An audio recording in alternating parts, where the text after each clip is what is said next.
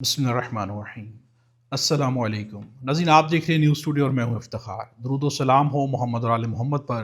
ناظرین، آپ جہاں پر بھی ہیں خدا آپ کو اپنی حفظ و امان میں رکھے۔ چینل پر نئے تو چینل کو سبسکرائب کر لیں، بیل آئیکن بھی پریس کر لیں۔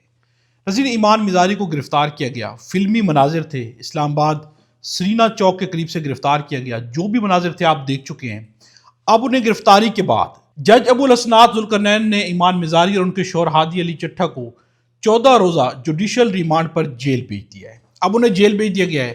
کل جس طرح انہیں عدالت کے اندر پیش کیا گیا، جو کچھ بھی وہاں پر ہوا وہ بھی آپ نے مناظر دیکھی، یہاں تک کہ وہاں سے وکلا کو باہر نکال دیا گیا ہے۔ اسلام آباد کی انسداد دہشت گردی کی عدالت میں ایمان مزاری اور ہادی علی کو پیش کرنے کے وقت کے مناظر، وکلا کو بھی خصوصی عدالت کی عمارت سے نکال دیا گیا، صحافیوں کو بھی اندر جانے کی اجازت نہیں دی گئی۔ جج ابو الاسناد نے دونوں میاں بیوی کو 14 روزہ جسمانی ریمانڈ پر جیل بھیج دیا ہے۔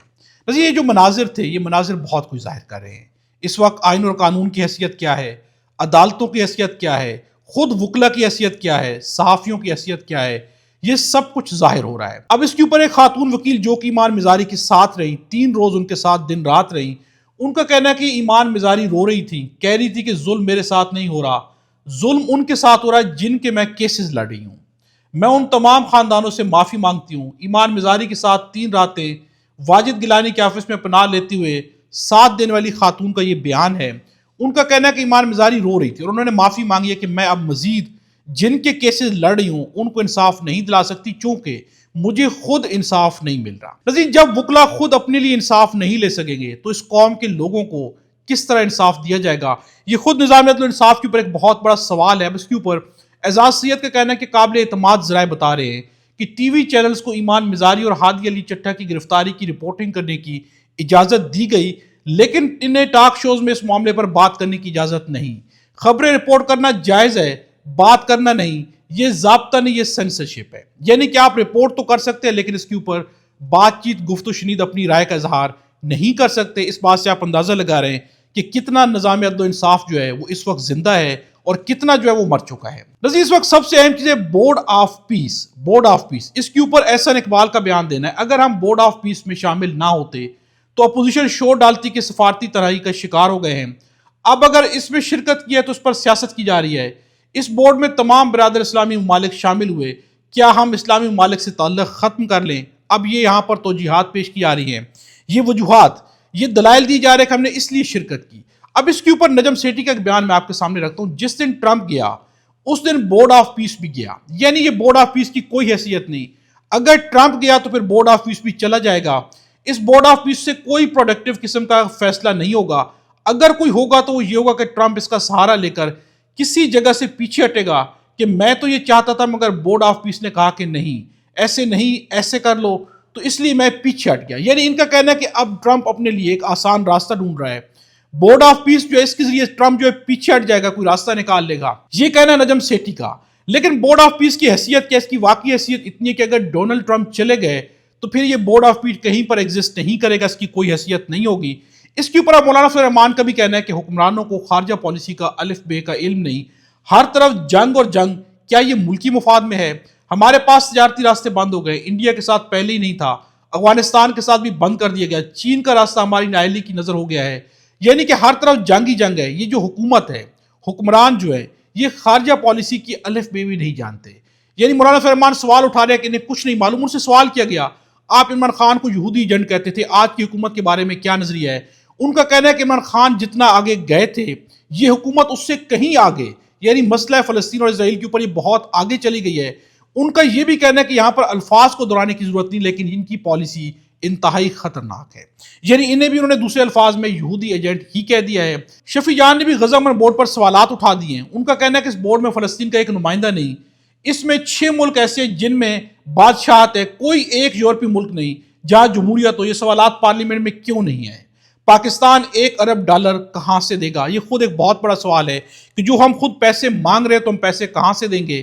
ناظرین، ایک بہت اہم ملاقات میں آپ کے سامنے رکھتا ہوں۔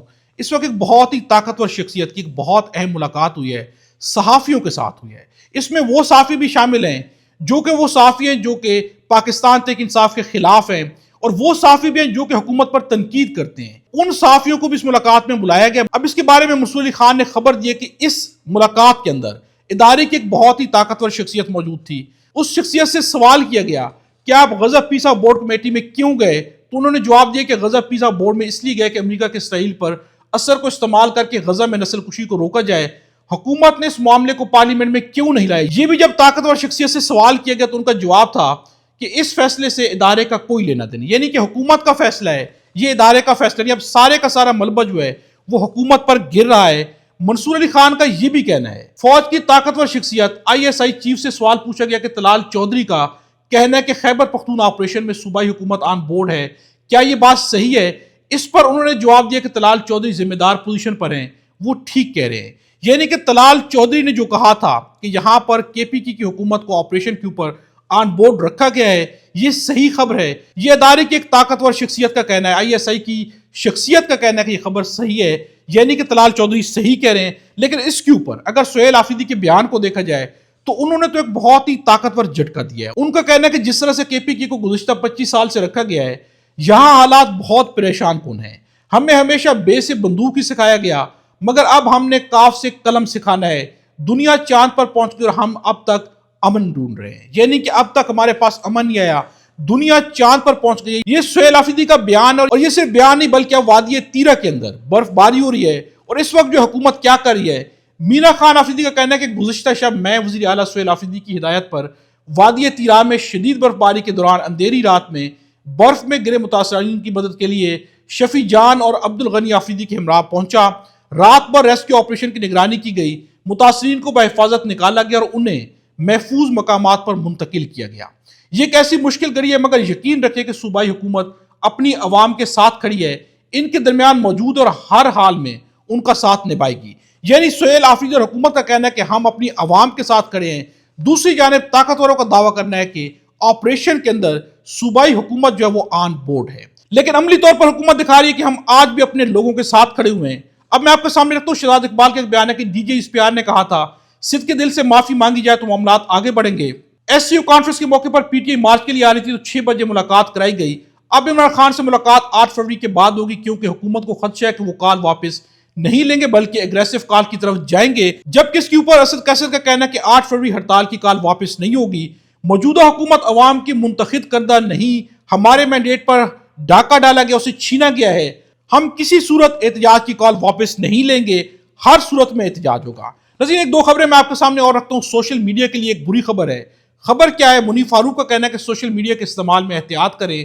NCCIA نے کہا ہے کہ ایک غلط کلپ آپ کو جیل پہنچا دے گا۔ غیر مصدقہ اطلاعات اور ان کا شیئر کرنا، فوج کے بارے میں، عدلیہ کے بارے میں تضحیک آمیز گفتگو شیئر کریں گے تو آپ کو پرابلم ہو سکتا ہے، یعنی کہ آپ کو سوشل میڈیا پر احتیاط برتنا ہوگی۔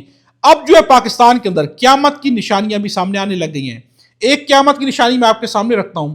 قادر مندو خیل کا کہنا ہے، خواجہ آصف نے اس پارلیمنٹ کے فلور پر اداروں کو گالیاں دی، آج قیامت کی نشانی ہے کہ وہ اس ملک کا وزیر دفاع ہے، میں تو اس کو اسکول کا چوکیدار بھی نہ لگاؤں۔ نظیر، یہ واقعی قیامت کی نشانی ہے۔ خواجہ آصف کے بیانات آن ریکارڈ ہیں، اسمبلی فلور کے اوپر جو کچھ انہوں نے اداروں کے بارے، فوج کے بارے میں کہا، اور آج وہ جو ہے وزیر دفاع ہیں، تو یقیناً پاکستان کے اندر یہ قیامت کی نشانی ہے، بلکہ پاکستان کے اندر ہر طرف اس وقت قیامت کی ہی نشانیاں ہیں۔ اب تک کے لیے اتنا، اگلی ویڈیو میں آپ سے دوبارہ ملاقات ہوگی۔ خدا ہم سب کو اور ہمارے وطن پاکستان کو اپنی امان میں رکھے۔